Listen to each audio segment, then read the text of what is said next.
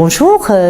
Il y a 60 ans, l'Union européenne adoptait le traité Euratom dans le cadre aussi de la CECA, qui avait lancé une grande ambition énergétique, industrielle et d'innovation en Europe.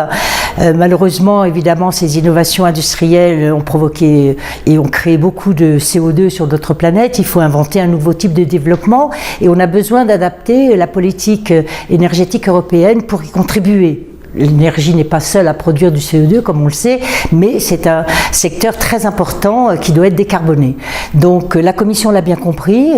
elle a proposé une union de l'énergie avec des objectifs de durabilité, climat, de compétitivité, de sécurité énergétique, mais nous n'avons pas encore de politique industrielle énergétique, malheureusement, ce qui fait qu'aujourd'hui, la politique proposée par l'Union européenne a créé beaucoup d'effets pervers, je vais y revenir. Nous avons également un marché qui a bien avancé,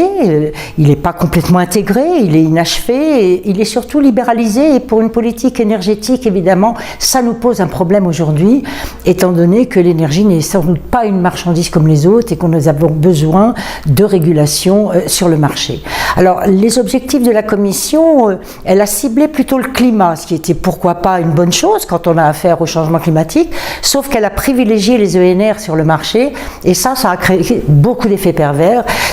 Cette discrimination positive, on pourrait l'appeler comme ça finalement, a pénalisé les autres sources, le gaz également,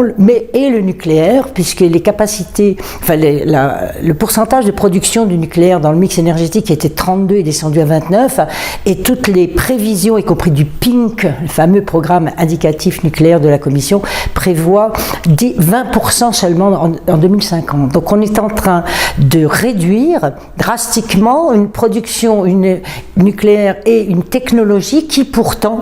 est décarbonée, et elle est récente, et elle est promise à beaucoup d'innovation et de développement. D'ailleurs, le monde ne s'y trompe pas, puisque partout, en Chine, même en Afrique aujourd'hui, en Russie bien sûr, Turquie, Brésil, je passe sur l'ensemble des pays, le nucléaire, on entre dans une nouvelle ère nucléaire, et on entre aussi dans une nouvelle ère au sens technologique, puisqu'on va vers un nouveau nucléaire et qu'on invente des petites structures comme la SMR beaucoup plus flexibles qui nous permettraient finalement d'alimenter beaucoup de régions en Europe mais aussi dans le monde.